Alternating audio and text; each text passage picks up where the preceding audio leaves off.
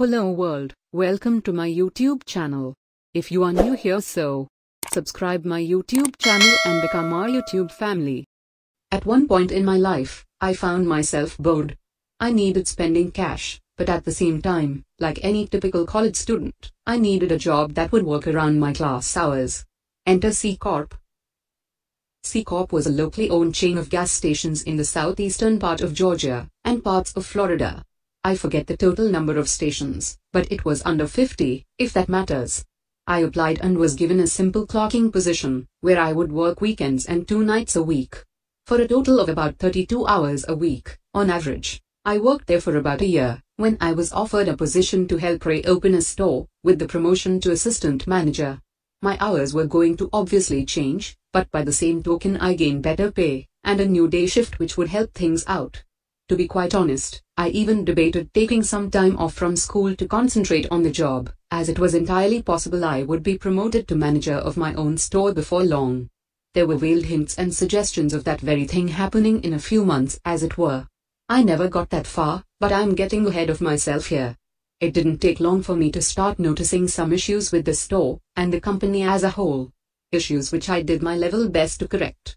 We were nearing hunting season, and in an effort to cater to this, the stores started getting in several pallets of ammunition.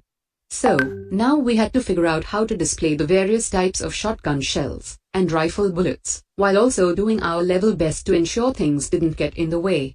It was around this time that I found myself speaking with the store manager, having been called on the carpet for refusing to sell ammunition to a customer. I explained to the manager that I had attempted to check ID on the customer, who refused to give it. So, I told the manager that I knew full well this was illegal, as ID was required by state law, and furthermore you had to be 18 to buy them. That started me on the path that would lead to my termination a few weeks later. I started noticing company memos popping up in the office, all that dealt with company practices regarding ammunition. One even went so far as to say that it was a terminable offense to refuse a sale of shotgun shells to a customer, regardless of age. That one actually vanished a few days after it went up, with me suspecting someone in the legal department realized the trouble they could get into with it. However, the flow of ammo didn't stop. A week before my termination, things got worse.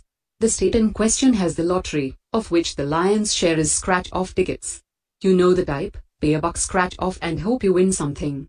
Now, the lottery states on the back of every single ticket that the retailer who sold it must pay up to $599 in winnings. Anything above that has to be claimed at the central lottery office in the state's capital. Retailers are warned that should they refuse to pay this, then they can be fined by the lottery commission, or worse. Imagine my surprise then when I'm written up for following the lottery commission policy and paying out on a $300 win for a customer. I was told, point blank, that company policy was not to pay out anything more than $100, regardless of what the lottery commission said. The final straw, before my eventual termination, came when training another cashier. The very next day, the count came up short by exactly $100. I refused to sign the write-up, which meant the company would have to investigate it, or so I thought. Same day, the district manager called the store and made some veiled threats about calling the police over this.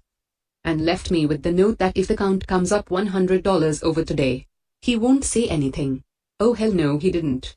I waited till the manager returned from her meeting, dropped all my keys on the counter and told her directly I'm done. I walked out, and didn't really look back. I was pissed.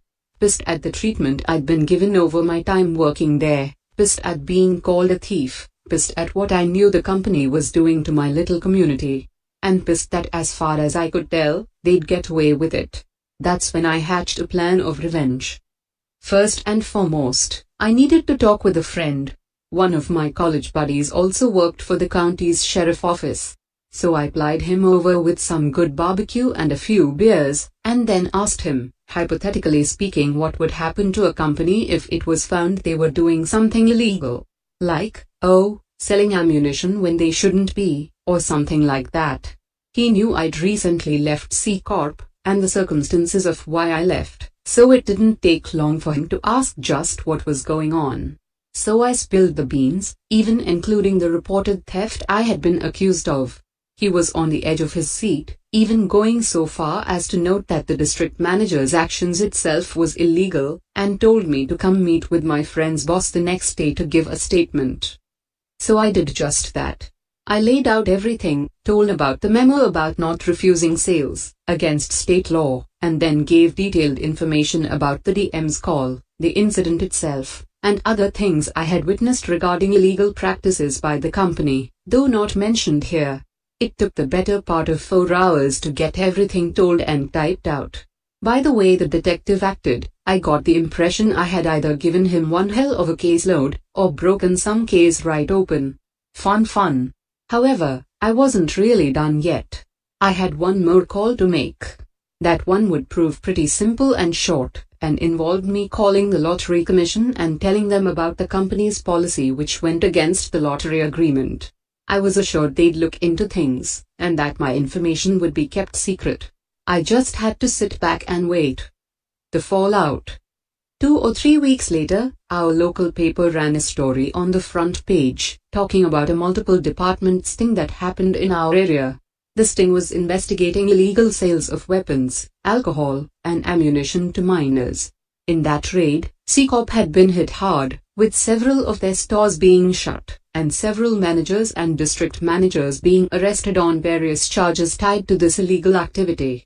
The company itself was facing severe, in the 7-figure range, fines from the state, and it was being called into question whether or not they had the proper licenses to sell ammunition and firearms in the first place.